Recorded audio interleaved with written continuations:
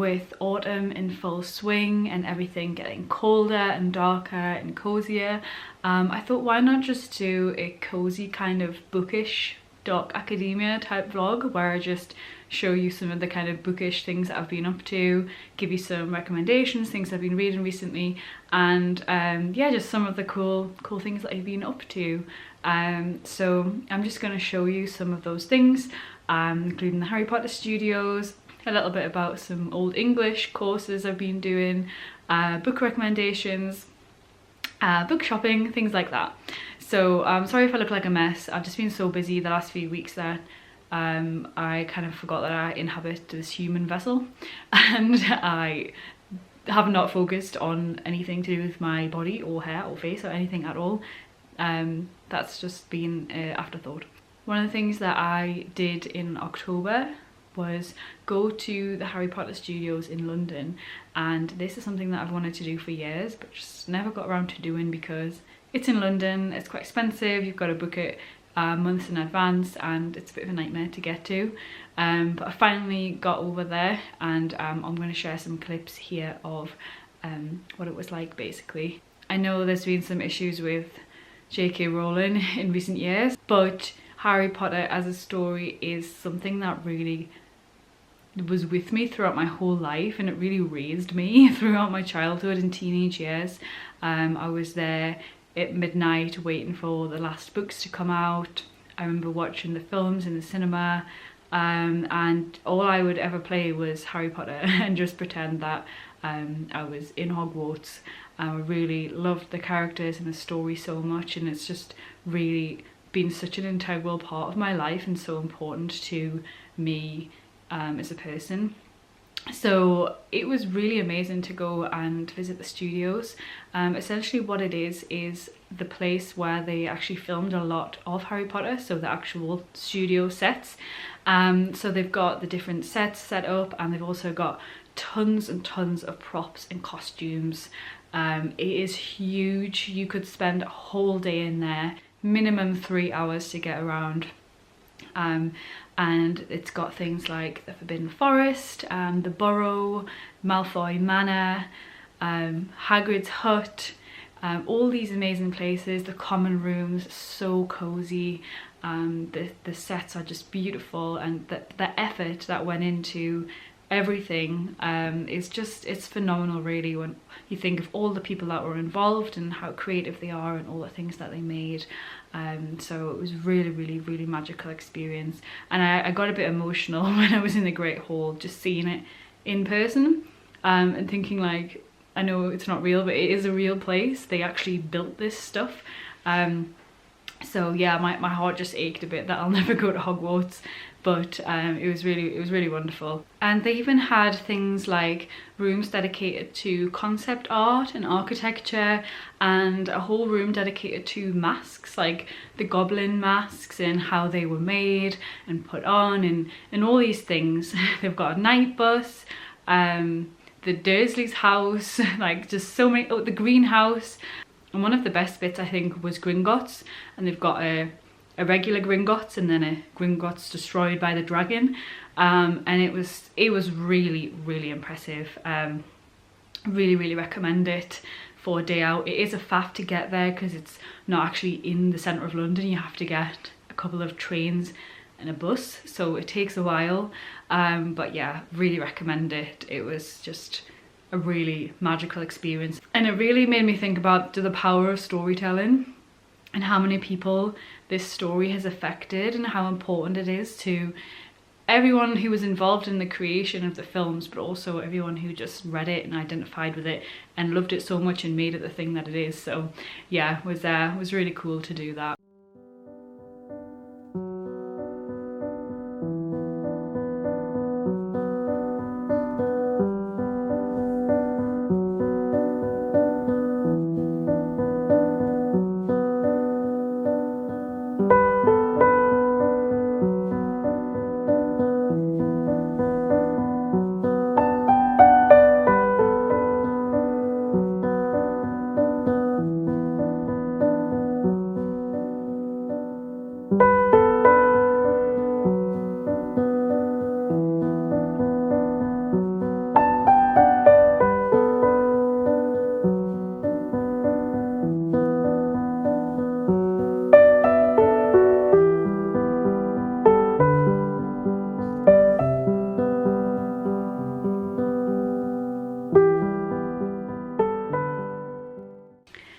recently went to York to start a course on Old English. As I mentioned, I love languages so much. I studied German and Russian at university. Don't ask me about anything to do with Russian because I did not finish my degree in the end, but I love German so much. I love it. So I was really interested in Old English because I love history as well. I'm obsessed with Bede, the monk Bede, so I would love to read Bede in the original Old English and the Latin and things as well, and Anglo-Saxon poetry and Beowulf and, you know, all these things. So I was really excited about that. So went to do this course, just kind of kick-started things. So got a lot of grammar stuff to look over. Quite complicated grammar actually. It was more complicated than I thought it would be. Very similar to German actually. A couple of things which German doesn't have, but pretty similar to German in terms of the structure of the grammar, and a lot of the words are similar to German as well. So yeah, that was really cool. Back to the trusty grammar tables, which I didn't think I'll be looking at for a while, so that was fun. And then we did some translations in the afternoon, so looking at Beowulf. This is Old English, by the way, if you've never seen it before. This is what it looks like. And it is a Germanic language as well, so it's quite interesting after all the influence of the Romans and Latin and things like that. Then we have this Germanic influence come through with Old English. So yeah, we also did some translations of some riddles from the Exeter book. So I just think this is so wonderful. This is one of the riddles, and it's about, well, the answer's nightingale, and it's kind of like, hear my voice as I speak. I sing. I'm an evening singer, and, you know, makes everyone relax in their homes and all these kinds of things. And there's still some riddles in the Exeter book that we don't know the answer to, so give them a bash if you want. Yeah, and I'm researching at the minute for a video that I'm going to do on Anglo-Saxon sorcery and magic, and a lot of that is looking at the limited Old English resources that we have.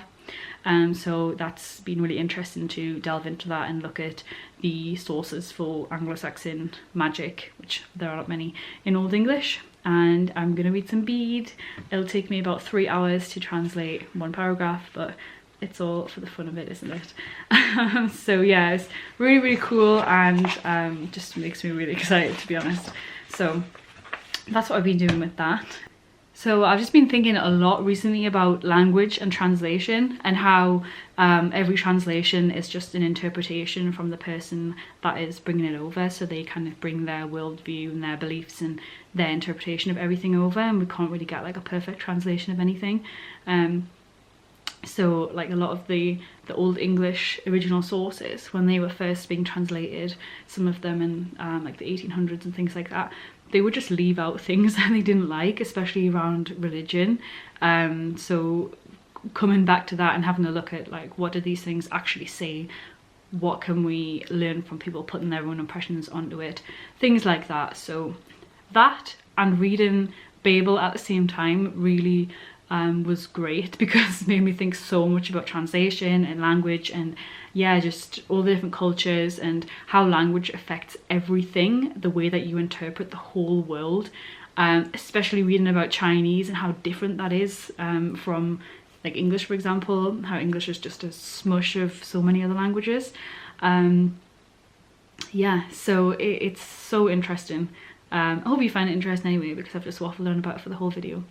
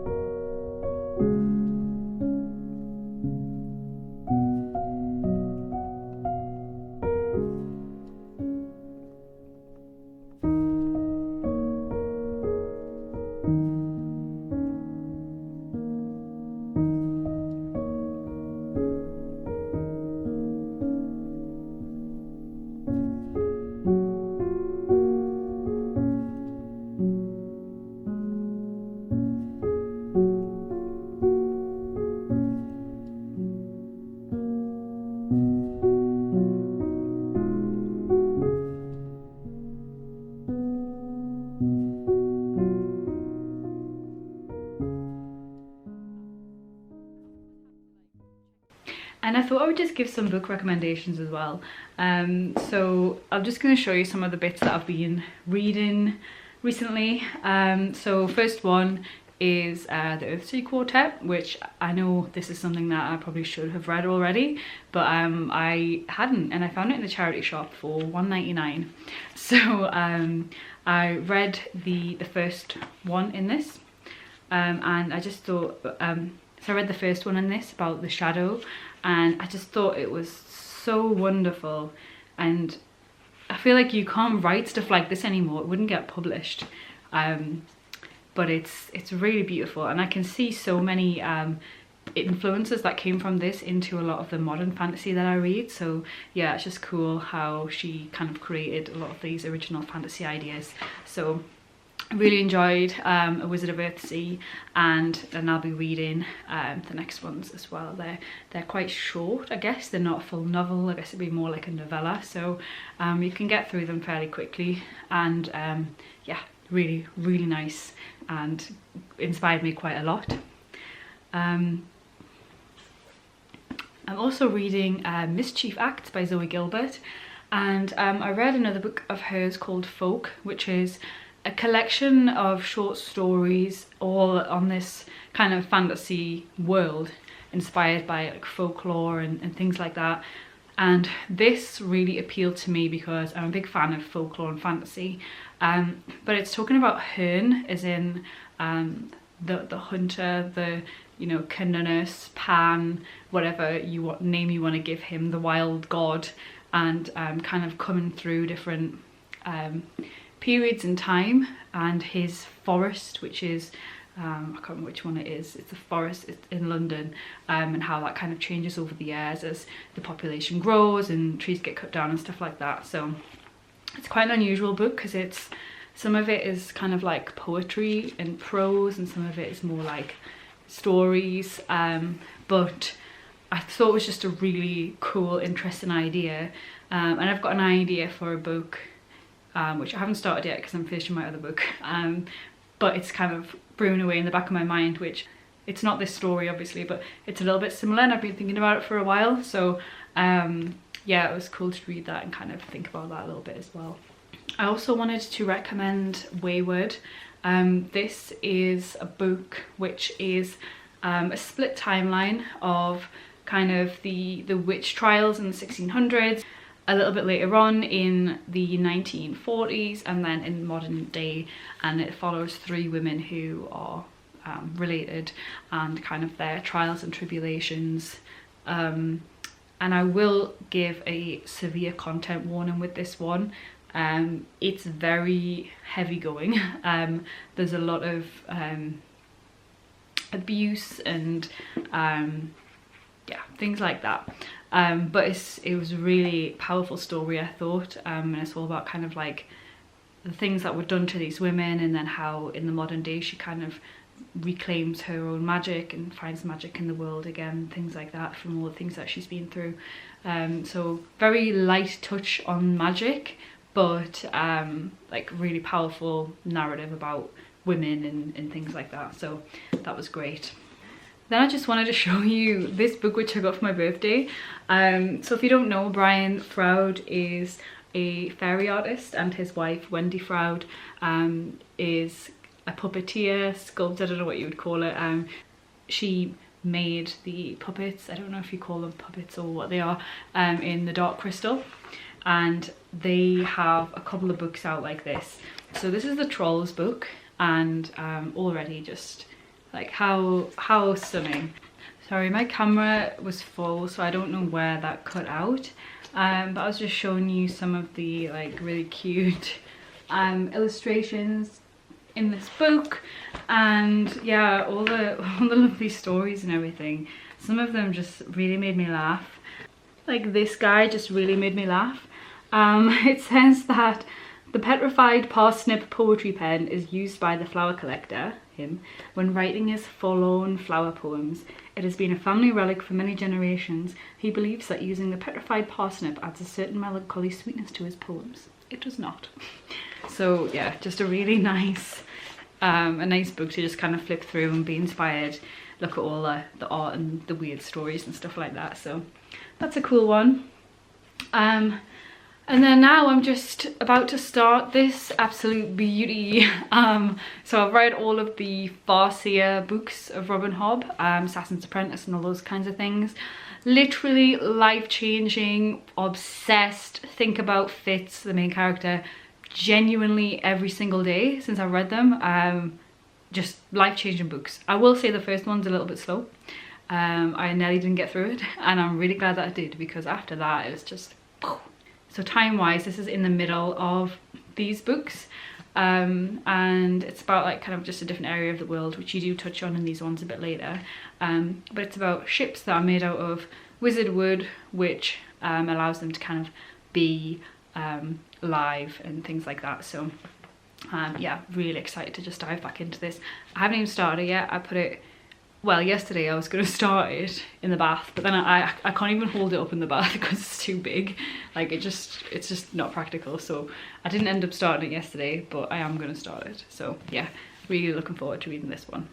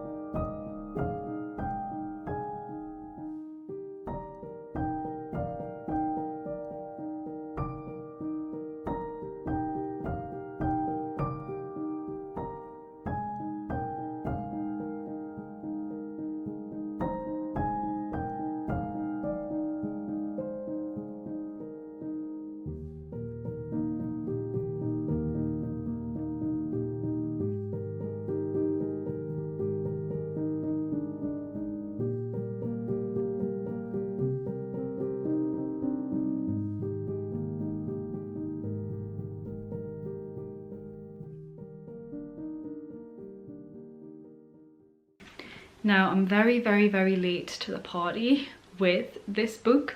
I know that everyone was kind of crazed about it a few months ago when it first came out, and if I'm honest, I was just waiting for it to come out in paperback. Hardback books are really expensive, and I don't like reading them as much as paperback. It's just with the cover and stuff. So yeah, I just wait for the paperback. So I just ignored everyone talking about it, and I've just bought it a week or two ago, and I read it, and wow, I haven't felt this way about a book since I read Robin Hobb. And it's very rare for me to feel this strongly about a book. Usually I'm like, oh, that was great, you know, I would give it 4 stars, or even I've given 5 stars to books where I'm just like, wow, that was brilliant. But like, this to me was earth-shattering. This genuinely changed my perspective on things and made me consider things that I have never considered before, and really opened my eyes and inspired me, and was just wonderful. And I purposely haven't watched other people's videos about this because I wanted to read it first, so I don't know if I'm just reiterating what other people said.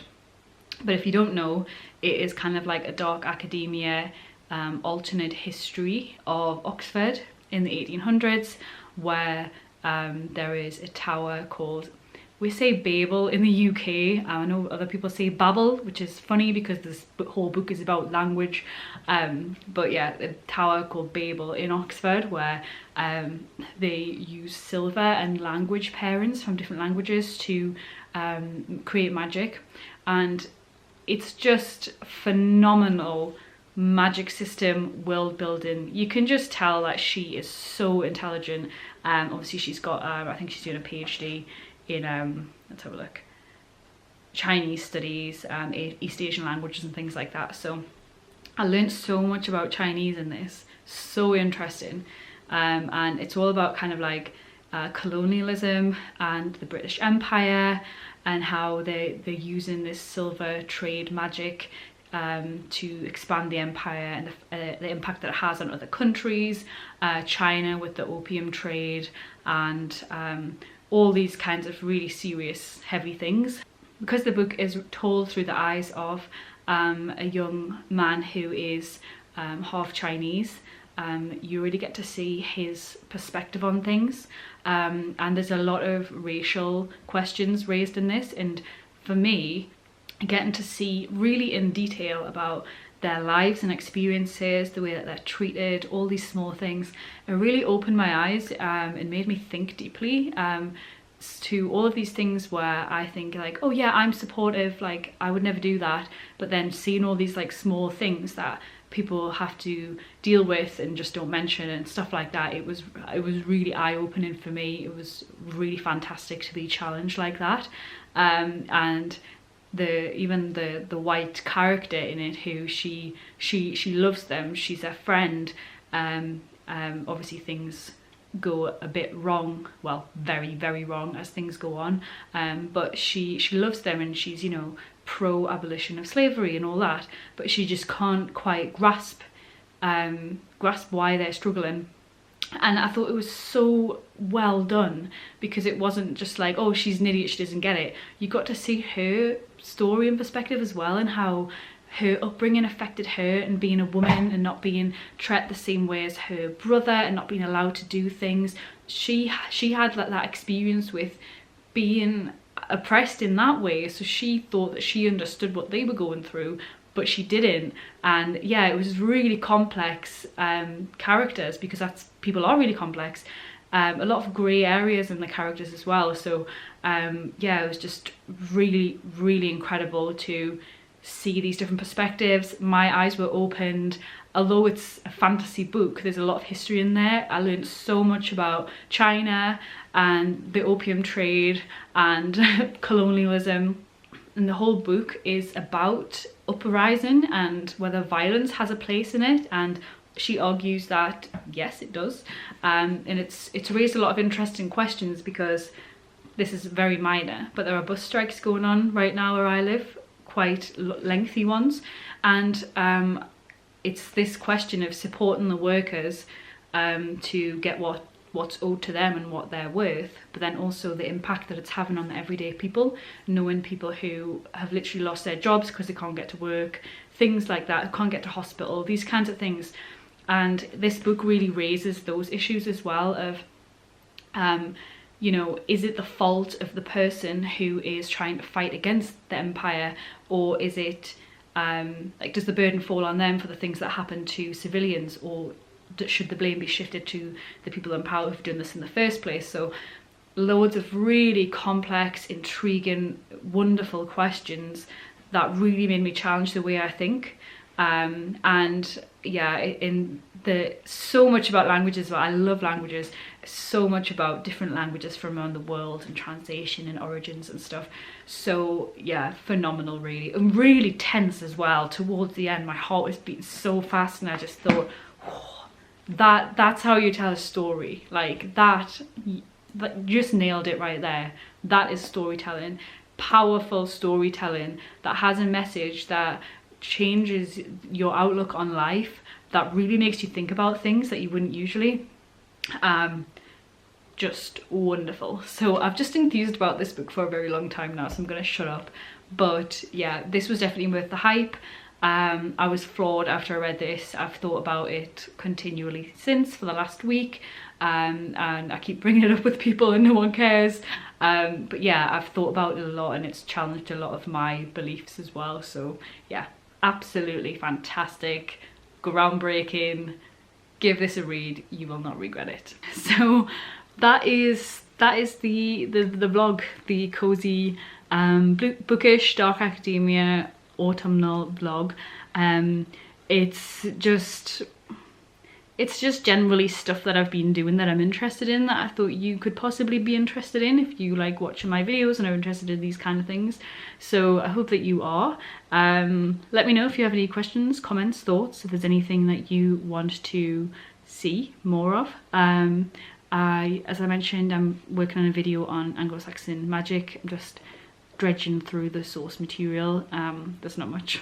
So yeah, and then I've got some other things planned, just kind of like cozy autumn stuff, and I want to do more videos on folklore and history and magic, household spirits and fairies and stuff. So yeah, let me know if there's anything in particular that you want to see first and I can have a look at that. Thank you so much for watching. Really hope you enjoyed this video, and I hope to see you in the next one. Thanks. Bye.